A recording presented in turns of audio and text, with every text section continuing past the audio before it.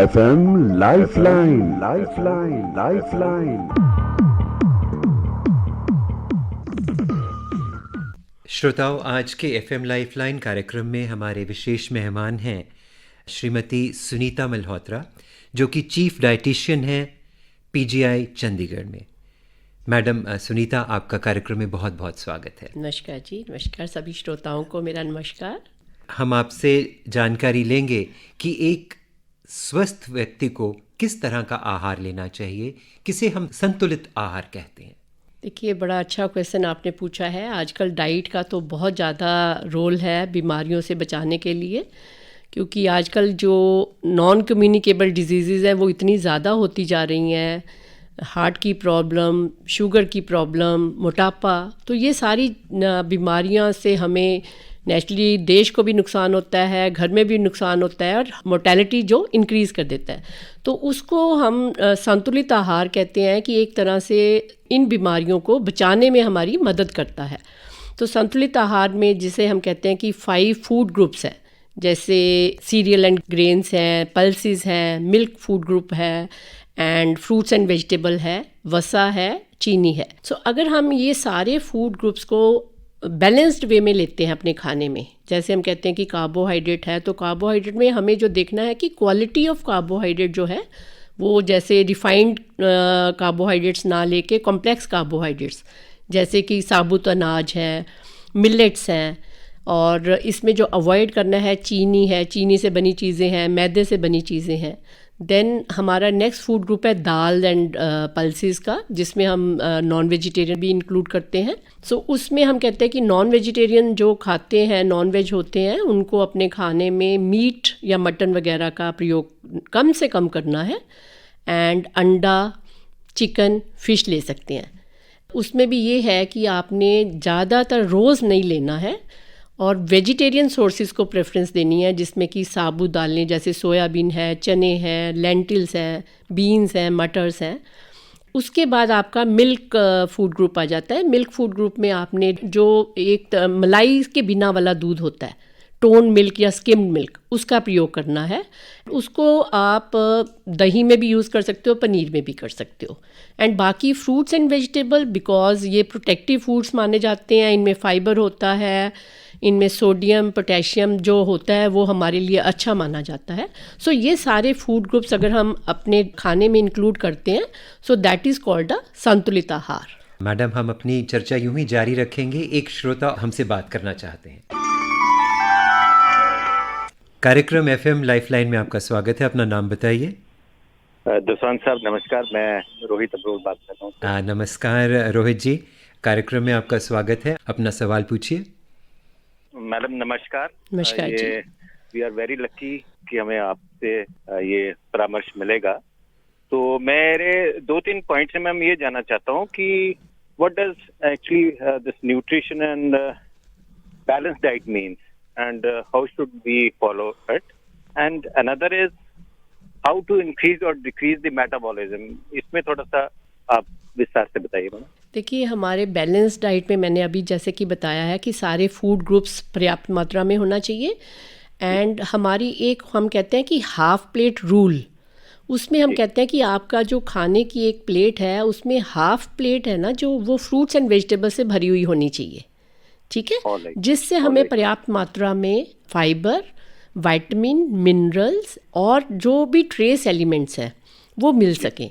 अगर हम ऐसे वाला खाना खाएंगे तो हमें बाकी सारी डिजीज़ से हमारा जो इम्यून सिस्टम है हमारा वो स्ट्रॉन्ग रहेगा, और अगर हमारा इम्यून सिस्टम स्ट्रॉन्ग रहेगा तो डेफिनेटली मेटाबॉलिज्म ठीक रहेगा। बिकॉज अगर देखा जाए तो 80% जो हमारे इम्यून सेल्स हैं वो हमारे गट में होते हैं, मतलब हमारे जीआई ट्रैक्ट में।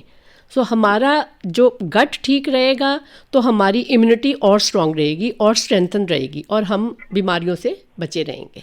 ठीक है मैम। और ये मेटाबॉलिज्म को क्या रोल रहता है अगर हम वेट लॉस या वेट गेन में, इसका क्या भूमिका रहती है? देखो, मेटाबॉलिज्म का होता है एक बेसल मेटाबॉलिक रेट होता है, जो बेसिक हमारी रिक्वायरमेंट होती है, जैसे कि हमारे शरीर में हमारी बॉडी प्रोसेसेस चलती रहती हैं, सो इनका अगर हम इंक्रीज़ हमारा अगर स्लो होगा तो हमें जल्दी हमारे को मोटापा आएगा तो बाकी बीमारियां होने का डरेगा।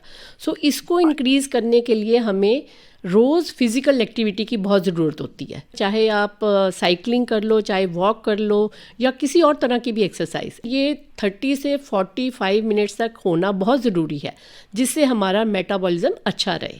ठीक है मैम, आकाशवाणी का बहुत बहुत धन्यवाद। कार्यक्रम में फ़ोन करने के लिए बहुत बहुत शुक्रिया। मैडम मल्होत्रा, हम बात कर रहे थे संतुलित आहार की और हम बात कर रहे थे फल और सब्जियों की। उसके बारे में आगे बताइए कि फल सब्जियां खाने से क्या हमें एडिशनल बेनिफिट मिलता है। देखो, एक सबसे बड़ी बात है कि आजकल जैसे मोटापा बहुत ज़्यादा फैल रहा है। मोटापा itself is a risk factor for so many diseases.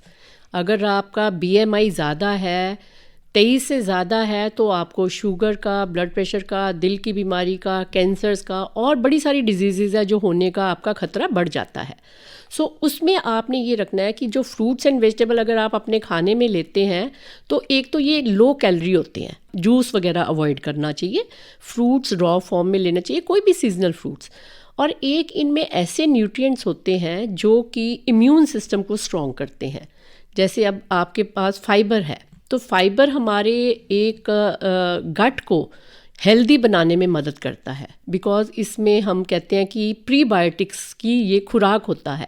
सो जितने आपके खाने में तरह तरह के फ्रूट्स एंड वेजिटेबल्स होंगे, हम कहते हैं कि आपकी कलरफुल प्लेट होनी चाहिए, रेनबो प्लेट जिसको हम बोलते हैं।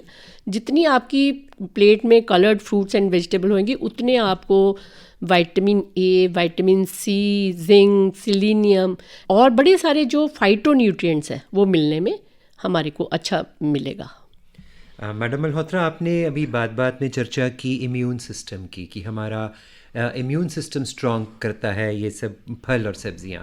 इसके बारे में थोड़ा बताइए कि बॉडी की इम्यूनिटी या इम्यून सिस्टम किस तरह काम करता है, और ये फल सब्जियां और ऐसे संतुलित खुराक से किस तरह हमारा इम्यून सिस्टम स्ट्रॉन्ग होता है। इम्यून सिस्टम बेसिकली एक सेल्स या प्रोसेसेस या टिश्यू से जिसको हम कहते हैं कि मिला के जो प्रोसेसेस होती हैं उनको हम अपना इम्यून सिस्टम करते हैं।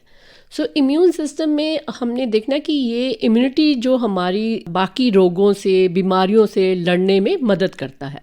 अगर हमारी इम्यूनिटी स्ट्रॉन्ग होएगी तो definitely will be prevented from so many other diseases. So हमारा जो इम्यून सिस्टम है वो 80% सेल्स, जैसे मैंने पहले बताया, वो गट में होते हैं। सो अगर हमारा गट हेल्दी होएगा तो हम काफ़ी बीमारियों से बचे रहेंगे। सो गट हेल्दी के लिए हमें वो फूड्स खाने चाहिए जो कि एंटी इन्फ्लामेटरी हैं। एंटी इन्फ्लामेटरी में आ जाते हैं आपके fruits and vegetable, omega 3 fatty acids, and उसमें साबुत अनाज और एक लाइफस्टाइल बिहेवियर जैसे कि योगा एंड आपका वॉक वगैरह, वो हमारी इम्यूनिटी को बढ़ाते हैं। मैडम, हम चर्चा यूं ही जारी रखेंगे इम्यूनिटी के बारे में। एक श्रोता और हमारे से बात करना चाहते हैं। कार्यक्रम FM लाइफलाइन में आपका स्वागत है। हाँ, धन्यवाद। मैं अम्बाला कैंट से AK शर्मा बोल रहा हूँ। AK शर्मा जी, बहुत बहुत स्वागत कार्यक्रम में जी। मेरा प्रश्न आपसे ये है कि इंटेस्टाइन बाउल्स को रोकने के लिए कौन सी डाइट लेनी चाहिए? जो क्या आपका इंटेस्टाइन बाउल डिजीज? हाँ। देखो, IBD में 2 प्रकार की IBD होती है, एक क्रॉन्स डिजीज होती है, एक अल्सरेटिव कोलाइटिस होती है। सो हमारे उसमें ये रहता है कि क्योंकि वो जो क्रॉन्स डिजीज होती है वो माउथ से शुरू हो जाती है। सो माउथ से शुरू होके वो हमारे इंटेस्टाइन तक का अफेक्ट करती है। सो अल्सरेटिव कोलाइटिस में अल्सर फॉर्मेशन हो जाती है। इसमें हम कहते हैं कि हमें जो डाइट लेनी है, एक तो उसमें फ़ैट की मात्रा कम होनी चाहिए, तली हुई चीज़ों की मात्रा कम होनी चाहिए, फाइबर जो है वो रिफाइंड वाला फाइबर जो है, सॉल्युबल फाइबर, वो हमें लेना है, एंड कैलोरीज वगैरह जो है वो हम अपनी जो अनाज है या सब्जियां हैं उन चीज़ों से, फ्रूट से पूरी कर सकते हैं। फ्रूट जूसेस हमें अवॉइड करने चाहिए, मिल्क अवॉइड करना चाहिए, एंड स्पाइसी फूड उसमें नहीं लेना होता है। नहीं, मैं अपने केस में ये पूछना चाहता हूँ, जैसे मुझे क्या प्रॉब्लम होती है, जो स्टार्टिंग का स्टूल होता है हार्ड होता है। हाँ जी। और उसके बाद स्टूल एकदम से फ्लश आउट हो जाता है। हाँ जी। तो ये जो स्टार्टिंग स्टूल को हम डेलिकेट रखने के लिए? हाँ, एक तो आपकी हो सकता है आपकी खाने में रफेज कम आ रही हो। मैं उसमें ये एडवाइस करूँगी कि आप एक तो सब्जियों का प्रयोग जैसे सैलड में या सूप्स में ज़्यादा कर सकते हैं। दूसरा एक एक्स्ट्रा वर्जिन कोकोनट ऑयल आता है, वो आप सुबह टॉयलेट जाने से पहले 1 टीस्पून उसका आप गर्म पानी के साथ ले सकते हैं। उसके आपके स्टूल सॉफन हो जाएंगे। और एक थोड़ा सा आपने पानी की मात्रा आपने पूरे दिन में ज़्यादा करनी है। जैसे हम कहते हैं कि 2 से 2.5 लीटर तक आपके खाने में फ्लूइड्स आने चाहिए, चाहे वो चाय, कॉफ़ी या सूप्स वगैरह या सब्जियों के सूप या लस्सी हो सकता है, कोकोनट वाटर हो सकता है। तो पानी की मात्रा, फ्लूइड की मात्रा वो आपके खाने में ज़्यादा आनी चाहिए। ठीक है मैम, ठीक है डॉक्टर साहब, धन्यवाद। कार्यक्रम में फ़ोन करने के लिए आपका बहुत बहुत शुक्रिया। मैडम मल्होत्रा, हम बात कर रहे थे एंटी इन्फ्लेमेटरी फूड्स के बारे में, वही चर्चा हम जारी रखते हैं, बताइए। मैं कह रही थी कि एंटी इन्फ्लेमेटरी फूड जो हम अगर अपने खाने में ज़्यादा से ज़्यादा उपयोग करेंगे तो हमारा इम्यून सिस्टम स्ट्रॉन्ग रहेगा, क्योंकि हमारी बॉडी में कोई भी चीज़ खाने से इन्फ्लेमेशन पैदा हो जाती है। जैसे मतलब तली हुई चीज़ें अगर हम खा रहे हैं या रिफाइंड चीज़ें खा रहे हैं या रफेज कम ले रहे हैं तो इन्फ्लेमेशन की ज़्यादा बढ़ जाती है। जितनी हमारी बॉडी में इन्फ्लेमेशन ज़्यादा होगी उतनी हमें बीमारियों का खतरा ज़्यादा रहेगा। उसके साथ साथ मैं कहूँगी कि जो फूड्स इन्फ्लेमेशन क्रिएट करते हैं उनको अवॉइड करना चाहिए। वो वाले फूड्स हैं रिफाइंड शुगर्स, मैदे वाली चीज़ें, मैदे से बनी हुई चीज़ें, एक रीहीटेड ऑयल्स है या ट्रांस फैट्स हैं या जूसेस हैं। ये सारी चीज़ें आपने अपने खाने से मात्रा इनकी बहुत कम करनी है। और एक एंटी इन्फ्लेमेटरी फूड्स के साथ साथ हम कहते हैं कि प्रीबायोटिक्स एंड प्रोबायोटिक्स। प्रीबायोटिक्स ऐसे फूड्स जो हमारे गट में आके जो हेल्दी बैक्टीरिया, उनकी बेसिकली प्रीबायोटिक्स खुराक होते हैं। जैसे लहसुन है या बनाना है या जितने भी रफेज वाले फूड्स हैं वो हमारे प्रीबायोटिक्स हमारे इन्फ्लेमेशन को कम भी करते हैं एंड जो हेल्दी बैक्टीरिया हमारे गट में होते हैं उनको स्ट्रॉन्ग करते हैं। आपने जिक्र किया कि चीनी, मैदा, ये थोड़ा सब इन्फ्लेमेशन बढ़ाते हैं। ये क्यों बढ़ाते हैं इन्फ्लेमेशन, थोड़ा इस पे बताइए। देखो, जितनी ज़्यादा रिफाइननेस होएगी उतना वो रिफाइननेस आती है केमिकल से। हम indirect way we are taking chemicals, उसी की तरह से ये इन्फ्लेमेशन हो जाती है। बिकॉज एक होता है लीकी गट।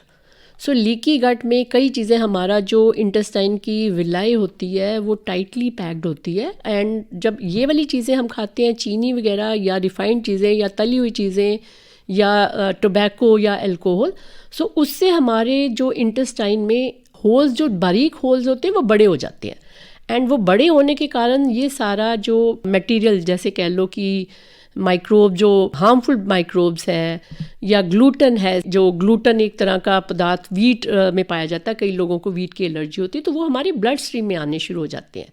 जब ये हमारी चीज़ें ब्लड स्ट्रीम में आती हैं तो इन्फ्लेमेशन क्रिएट करते हैं। इन्फ्लेमेशन क्रिएट करते हैं तो बीमारी का खतरा बढ़ जाता है। ये तो हुआ एंटी इन्फ्लेमेटरी फूड्स के बारे में। फिर आपने साथ ही साथ जिक्र किया कि रफेज बढ़ानी है, जिससे कि फल, सब्जियां, पत्तेदार सब्जियां खानी हैं।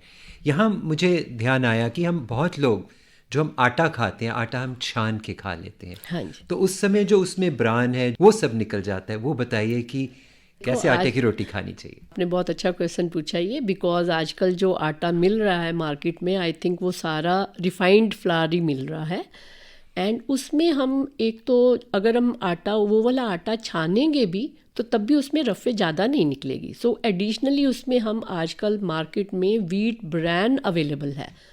मैं ब्रांड्स का नाम नहीं ले सकती, बट अगर आप मार्केट में जाओगे तो वीट ब्रांड आपको 1/2 kg का 1 kg का पैकेट मिल जाएगा, जिससे आप वीट ब्रांड अपने नॉर्मल वाले आटे में मिला सकते हैं। उसके अलावा आप मल्टीग्रेन का इस्तेमाल कीजिए। या तो मल्टीग्रेन आटा बाज़ार से आप लेके आ सकते हैं जिसमें कि रफेज भी ज़्यादा है, ब्रांड भी है एंड न्यूट्रिशनल वैल्यू उसकी ज़्यादा है। बट अगर आप घर में भी बनाना चाहें तो उसमें ये है कि आप चने का आटा या उसमें रागी का आटा, बाजरा, ज्वार, ये सारे मिलेट्स में आते हैं जिनकी की न्यूट्रिशनल वैल्यू बहुत ज़्यादा होती है। उनमें जो मिनरल्स होते हैं, कैल्शियम है, आयरन है, फाइबर है, वो बहुत ज़्यादा होता है। अगर ये वाला आटा अपने नॉर्मल आटे में, जो अगर आपने कोई भी आटा लिया है तो उसमें 2 parts normal wheat flour and 1 part इधर चना फ्लावर या आपका रागी का आटा या ब्रैन, कोई भी चीज़ मिला सकते हैं एंड पूरे परिवार वो खाएगा तो वो हेल्दी रहेगा। तो इसका मतलब कि जो आटा हमें चक्की से मिलता है जहाँ पे वहीं पिसा हुआ है तो वो ज़्यादा उसमें रफेज है। बिल्कुल बिल्कुल सही कहा आपने। एंड उसी चक्की से, अगर आप चक्की से आटा पिसवाते हो और आप गेहूं लेके पिसवा रहे हो तो उसी के साथ आप चने, साबुत चने भी दे सकते हो। चने का आटा इज हेल्दियर देन अ बेसन, क्योंकि बेसन में हस्क निकल जाता है एंड सारे जो न्यूट्रिएंट्स होते हैं वो हस्क में होते हैं। सो आपने बेसन की बजाय चने अपने दूसरे नॉर्मल आटे में पिसवाने हैं। इवन आप रोंगी या सोयाबीन का आटा मिलवा सकते हो, जिससे टेस्ट का भी नहीं फ़र्क पड़ेगा एंड उसमें प्रोटीन की मात्रा भी बढ़ जाएगी। और देखा गया कि हमारे जो हम इंडियंस हैं, प्रोटीन की मात्रा हमारे खाने में बहुत कम होती है, बिकॉज़ एक तो हम वेजिटेरियंस हैं। वेजिटेरियंस में जो हम दालें और बीन्स वगैरह खाते हैं उसकी बायो अवेलेबिलिटी बॉडी में कम होती है अगर कंपैरिजन करें एग से या चिकन वगैरह से। सो हमें और ज़्यादा प्रोटीन की मात्रा खानी पड़ती है सो दैट हम आपकी जो नॉर्मल डेली की रिक्वायरमेंट है वो पूरी कर सकें। तो इसका मतलब छिलके वाली दाल हुई या जैसे आपने कहा कि ब्रांड डाल लिया जाए।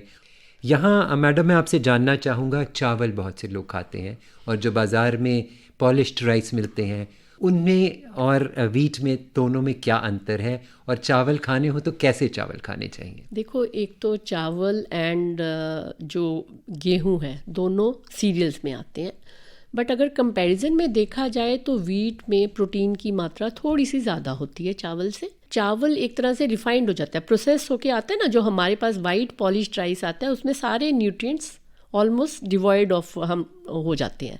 सो अगर आपने चावल खाने हैं तो या तो आप एक उसके साथ ये कर सकते हो कि दाल की कॉम्पोजिशन आप ज़्यादा 2 कटोरी तक ले सकते हो, या फिर आप पुलाव बना सकते हो। पुलाव में आप ऑयल कम डालिए एंड सब्जियों का ज़्यादा प्रयोग कर सकते हो। उसमें जो चावल में फाइबर नहीं होता, जो हमें न्यूट्रिएंट्स हैं उससे, वेजिटेबल से, वो भरपूर मात्रा में हमारे पूरे हो जाए। अगर पार बॉइल्ड राइस मिल सकते हैं या ब्राउन राइस है, डेफिनेटली उसमें रिफाइननेस नहीं होती, पॉलिशनेस नहीं होती, बट जो मार्केट में अगर अवेलेबल है तो उनको आप इस तरह से प्रयोग कर सकते हैं। आजकल का समय कोविड का समय है, पिछले 1.5 साल से ज़्यादा ऐसा ही समय आ रहा है, तो चारों ओर यही कहा जाता है कि आप अपनी इम्यूनिटी स्ट्रॉन्ग रखिए, ऐसी खुराक लीजिए ताकि अगर आपको कोविड हो भी जाए तो आप कोविड का मुकाबला कर सकें। बहुत सारी चीज़ें थी जिससे कि आपकी इम्यूनिटी या रोग प्रतिरोधक शक्ति बढ़ती है। उसके बारे में भी हमारे श्रोताओं को बताइए कि किस तरह अपनी खुराक में वो सब शामिल करें ताकि हम बीमारी से लड़ने के काबिल हो सके। इम्यूनिटी हमारी जो है, आपने बहुत अच्छा सवाल किया। इम्यूनिटी वर्ड हमें इस वायरस के आने से हम लोगों को पता था, बट जनरल पॉपुलेशन को इम्यूनिटी वर्ड वायरस इस कोविड ने ही हमें सिखाया है। और कैसे बढ़ानी है ये भी, मतलब टीवी में भी, बाकी सब जगह भी बहुत न्यूज़ भी आती रही हैं। न्यूट्रिएंट्स होते हैं कार्बोहाइड्रेट, फैट एंड प्रोटीन, जो कि मेजर मैक्रो न्यूट्रिएंट्स माने जाते हैं खाने में। ओनली थिंग इज़ कि हमें ये देखना है कि अगर हम कार्बोहाइड्रेट्स खा रहे हैं तो डिफाइंड फॉर्म में, जैसे चीनी, मैदा वगैरह ना खाएं, एंड होल ग्रेन्स की फॉर्म में खाएं जिसमें बाकी के न्यूट्रिएंट्स, फाइबर एंड मिनरल्स मिल जाएं। अगर हम फैट खा रहे हैं तो फैट में हम हेल्दियर फैट्स खाएं, गुड फैट्स खाएं। उसमें हेल्दियर फैट्स में आई वुड से कि आपने देसी घी का भी प्रयोग करना है, बट बहुत ज़्यादा नहीं करना कि आपके बाकी लिपिड प्रोफाइल पैरामीटर्स बढ़ जाएं। जो रिफाइंड ऑयल्स हैं उनकी मात्रा आपके 1 चम्मच से ज़्यादा नहीं होना चाहिए पूरे दिन में। एक तरह का फ़ैट हम कहते हैं कि ओमेगा 3 एंड ओमेगा 6 होते हैं, जो कि रिफाइंड ऑयल्स में होते हैं, बट ओमेगा 6 की मात्रा रिफाइंड ऑयल्स में ज़्यादा होती है जो इन्फ्लेमेशन को बढ़ाते हैं। एंड ओमेगा 3 फैट्स होते हैं वो गुड फैट्स में माने जाते हैं। ओमेगा 3 हमें मिल जाते हैं, जो नॉन वेजिटेरियन खाते हैं उनको तो फिश से मिल जाते हैं। वेजिटेरियंस के लिए हम कहते हैं कि उनको अपने खाने में अलसी के बीज आते हैं, या चिया सीड्स आते हैं, या नट्स आते हैं, बादाम है, अखरोट है, इनसे, अगर पालक है तो इनसे पर्याप्त मात्रा में उनको ओमेगा 3 फैटी एसिड्स मिल जाएंगे। एंड दूसरा है प्रोटीन। तो हमारी जो रिक्वायरमेंट होती है, हम कहते हैं कि 0.75 से 1 ग्राम पर केजी बॉडी वेट रिक्वायरमेंट होती है। फॉर एग्जाम्पल, अगर एक 60 kg का पर्सन है, so his requirement would be 60 grams. But अगर उसको हम कहते हैं कि अगर मोटापा है या बहुत होता है तो उसका आइडियल वेट हम लेके चलेंगे। सो उसमें मैं कहती हूँ कि प्रोटीन की मात्रा, जैसे हम कहते हैं कि 1 ग्राम पर केजी बॉडी वेट होनी चाहिए, तो हम इसमें इम्यूनिटी बढ़ाने के लिए थोड़ी सी मात्रा और इंक्रीज़ कर देते हैं 1.25 या 1.5 तक, सो दैट जो प्रोटीन्स होती हैं वो एंटीबॉडीज़ फॉर्म करती हैं बॉडी में। सो हमारे खाने में प्रोटीन की मात्रा, अच्छी प्रोटीन की मात्रा, जिसमें मीट से प्रोटीन नहीं आनी चाहिए, मटन से नहीं आनी चाहिए, कोशिश करो वेजिटेबल सोर्सेज से आए तो ज़्यादा अच्छा है। बट जो लोग चिकन या फिश खाते हैं वो लोग रिस्ट्रिक्टेड क्वांटिटी में वो ले सकते हैं। ये हो गया हमारा कार्बोहाइड्रेट, फैट एंड प्रोटीन से। बाकी जो हमारे खाने में आते हैं माइक्रो न्यूट्रिएंट्स, उसमें हम कहते हैं कि vitamin A, vitamin D, vitamin C, E, and एक मिनरल्स होते हैं जिंक, सिलीनियम, मैग्नीशियम। बहुत सारी स्टडीज़ में ये देखा गया कि ये सारे विटामिन्स एंड मिनरल्स हमारी इम्यूनिटी को स्ट्रेंथन करते हैं। और ये सारे जो विटामिन्स एंड मिनरल्स हैं ये हमें साबुत अनाज से, सब्जियों से, फ्रूट से एंड डेयरी प्रोडक्ट से मिलते हैं। सुनीता जी, अभी आपने बीच में जिक्र किया मिनरल्स का, तो तब मुझे ध्यान आया कि हमारे समाज में अनीमिया यानी आयरन की कमी बहुत ज़्यादा, और ख़ास तौर पर यंग गर्ल्स में, और उनके लिए बहुत नुकसानदायक है जीवन में। तो इस अनीमिया को दूर करने के लिए, आयरन कंटेंट अपने ब्लड में अच्छा रखने के लिए, हीमोग्लोबिन ठीक रहे, हमारी खुराक में क्या क्या चीज़ें जो कि आम जिंदगी में हमें मिलें शामिल करनी चाहिए? देखो, आयरन डेफिशिएंसी एनीमिया बहुत बहुत कॉमन है। वो एक तो रीज़न ये है कि हम लोग वेजिटेरियन हैं। वेजिटेरियन फूड्स में जो आयरन की मात्रा होती है वो थोड़ा सा कम होती है नॉनवेज से। दूसरा, हम लोगों को अवेयरनेस नहीं होती। अगर हम आयरन वाली खाना खा भी रहे हैं, जैसे साबुत अनाज में छिलके में होता है, साबुत दालों में बहुत होता है, पालक में होता है, बट हम जब खाते हैं तो हमें एक वो कई इनहिबिटर्स बॉडी में होते हैं जो एब्जॉर्प्शन में हिंडर करते हैं। सो अगर हम अपने खाने में आयरन की मात्रा ले भी रहे हैं एंड वो एब्जॉर्ब भी नहीं हो रहा तो उसका कोई फ़ायदा नहीं है। सो उसकी एब्जॉर्प्शन को इन्हांस करने के लिए एक विटामिन सी आता है। सो हम कहते हैं कि चाहे तो आप दाल में नींबू निचोड़ के ले सकते हैं, जिससे जो भी आयरन दाल में होता है उसकी एब्जॉर्प्शन रेट बॉडी में बढ़ जाएगी, या फिर आप नींबू पानी ले सकते हो। अगर आप वो भी नहीं लेना चाहते तो आप सप्लीमेंट फॉर्म में विटामिन सी ले सकते हैं। दूध में आयरन नहीं होता, अंडे में होता है। सो जो लोग अंडा नहीं खाते वो सोयाबीन खा सकते हैं। सोयाबीन में काफ़ी मात्रा में आयरन होता है। एंड जो दालें हैं, दालों में आयरन होता है, साबुत अनाज में होता है, बट मैदे से, चीनी से एंड रिफाइंड चीज़ों से आपको आयरन नहीं मिलेगा। और साथ ही साथ हरी पत्तेदार सब्जियां, पत्ते पालक है, मेथी है, एंड स्पेशली व्हेन ये वाली सब्जियां अगर आप लोहे की कढ़ाई में बनाते हो सो उसकी एब्जॉर्प्शन भी इंक्रीज हो जाती है। हम अपनी चर्चा यूं ही जारी रखेंगे। एक श्रोता हमसे बात करना चाहते हैं। हेलो। हेलो, नमस्कार। नमस्कार जी, कार्यक्रम एफएम लाइफलाइन में आपका स्वागत है। अपना नाम बताइए। सर, मेरा नाम शैलेंद्र विश्वकर्मा है। शैलेंद्र जी, कहाँ से बोल रहे हैं आप? सर, मैं पीजीआई साइड से बोल रहा हूँ। जी, आप अपना सवाल पूछिए। ये जगह जगह बोर्ड लगा हुआ है कि आयुष खाना खाएं। हाँ तो जी, मैडम, ये आयुष खाना क्या होता है? माने जैसे आयुष में क्या क्या कौन कौन से आहार आते हैं? आयुष में हम कहते हैं कि बैलेंस डाइट होनी चाहिए, जिसमें आपके अनाज, सारी तरह के सब्जियां, फ्रूट, उसमें दालें, दूध की मात्रा पर्याप्त उसमें हो, जिससे आपको सारी न्यूट्रिशन मिल सके। वही आयुष खाना लिखा हुआ था ना, मैं कहा ये आयुष खाना, ये माने कि जो घरेलू खाना होता है, बाहर का खाना तो मना है इसमें। हाँ, बाहर का खाना नहीं, जो घर का बना हुआ खाना होता है उसमें सारी चीज़ों की पर्याप्त मात्रा में आपने लेनी है। घी ज़्यादा नहीं होना चाहिए, चीनी कम होनी चाहिए, सब्जियां और दालें, साबुत दालें खास करके उनका प्रयोग करना चाहिए। ये हो रहा नमक, शक्कर और वसा थोड़ा कम करें। हाँ जी, हाँ इस हाँ। पे लिखा हुआ है बोर्ड पे।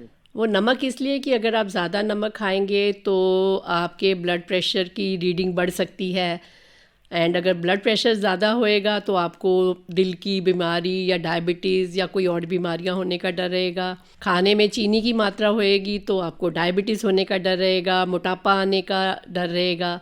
एंड वैसे ही वसा इसको हम कहते हैं कि फ़ैट की मात्रा, अगर फ़ैट की मात्रा ज़्यादा होएगी या आप तली हुई चीज़ें ज़्यादा खा रहे हैं, या जो तली हुई चीज़ें बार बार एक ही घी में दोबारा तली जाती हैं, सो उससे हार्ट की प्रॉब्लम होने का डर रहता है।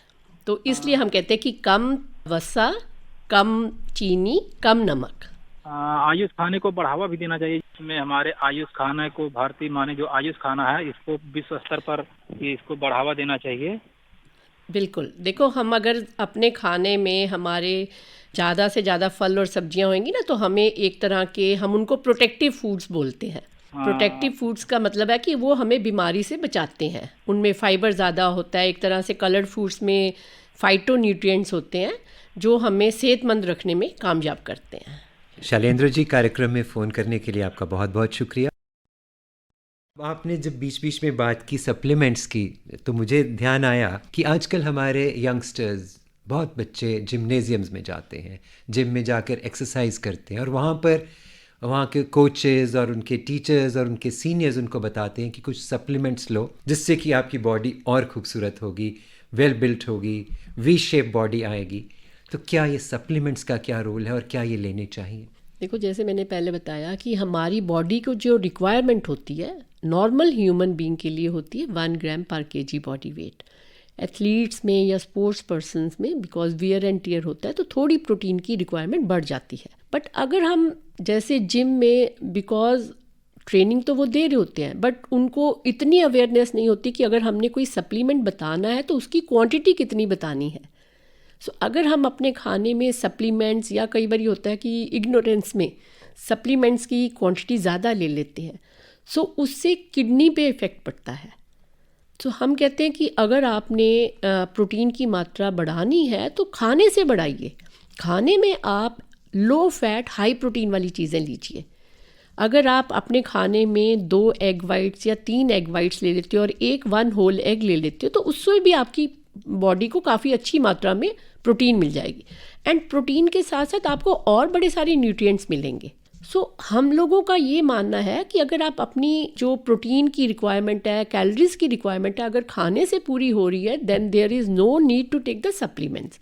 बट कई बार होता है कि खुराक में वो चीज़ें आपको नहीं मिल पाती, तो तब हम लोग भी रिकमेंड करते हैं कि आप सप्लीमेंट ले लो। बट उसके लिए भी वी नीड टू नो कि कितनी क्वांटिटी में लेना है, कैसे लेना है, कितना लेना है, कब लेना है। सो उसके लिए एक ट्रेंड डाइटिशियन या न्यूट्रिशनिस्ट ही बता सकती है। आपने बहुत अच्छी बात कही कि किसी ट्रेंड, किसी एक्सपर्ट से, किसी प्रोफेशनल से गाइडेंस लीजिए, फिर अगर कुछ आप सप्लीमेंट लेना चाहते हैं तो लीजिए। तो बहुत ज़रूरी है कि एक संतुलित आहार खाएं ताकि आपका शरीर सभी विटामिन्स, मिनरल्स, कार्बोहाइड्रेट्स, फैट सभी का बेनिफिट ले सके। और कार्यक्रम के आखिर में सुनीता जी, आप हमारे श्रोताओं को क्या संदेश देंगे? देखो, मैं सभी श्रोताओं को इस माध्यम से बताना चाहती हूँ कि एक 3 P's का रूल जो है, अल्फ़ाबेट P, 3 P's का रूल अपनी इम्प्लीमेंट कीजिए। उसमें फर्स्ट P है कि आप प्लानिंग से खाइए। आप प्लान करके, मैनेजमेंट से, कि आपने अगर जाना है, कहीं बाहर जाना है, कब खाना है, कितना खाना है, क्या खाना है। सो उसके लिए आप एक डायरी मेंटेन कर सकते हैं कि मैंने आज इतना खाया। अगर किसी दिन आपको किसी पार्टी में भी जाना पड़ता है एंड थोड़ा सा एक्सेस खाया, you can compensate it the next day. दूसरा, हम कहते हैं कि प्रोटीन रिच, बिकॉज हमारी बॉडी में जो हमारे एंजाइम्स हैं, एंटीबॉडीज़ हैं और बड़े सारे फंक्शंस हैं जो प्रोटीन न्यूट्रिएंट फुलफिल करता है। सो हमारे 2 मील्स जो होने चाहिए एटलीस्ट प्रोटीन रिच होने चाहिए। उसके साथ साथ हमें जैसे वेजिटेबल्स की या फ्रूट्स की मात्रा डबल क्वांटिटी में लेनी चाहिए। अगर हम 1 पोर्शन प्रोटीन का ले रहे हैं तो 2 पोर्शन हम वेजिटेबल या फ्रूट्स का ले सकते हैं। थर्ड, हम कहते हैं protective foods. Third P is for protective foods. Protective foods जो मैंने बताया कि जो फ्रूट्स एंड वेजिटेबल हैं which contains all types of vitamin and minerals, they are the natural B complex capsules. So ये अपने खाने में जो लेटेस्ट WHO की गाइडलाइंस है उसमें है कि 4 to 5 servings of vegetables and minimum 2 to 3 servings of fruit आपके खाने में डेली आनी चाहिए। कई लोगों के तो रोज़ खुराक में 1 सर्विंग भी फ्रूट की नहीं उनको मिल पाती। या आप यू कैन से कि रेनबो डाइट, अपने खाने में कलरफुल प्लेट बनाइए अपनी, जिसमें जितनी कलरफुल फ्रूट्स एंड वेजिटेबल होंगी उतने आपको न्यूट्रिएंट ज़्यादा मिलेंगे। सो ये मेरा मैसेज सभी के लिए है, हेल्दी खाइए, स्वस्थ रहिए। सुनीता मल्होत्रा जी, आप हमारे स्टूडियोज़ में आए और आपने हमारे सुनने वालों को संतुलित आहार के बारे में इतनी महत्वपूर्ण जानकारी दी, आपका बहुत बहुत शुक्रिया। श्रोताओं, इसी के साथ ही अपने साथी संजीव दोसांझ को FM लाइफलाइन कार्यक्रम यहीं समाप्त करने की इजाज़त दीजिए। इस कार्यक्रम की रिकॉर्डिंग में हमें तकनीकी सहयोग दिया हमारे सहयोगी प्रेम सिंह ने। नमस्कार।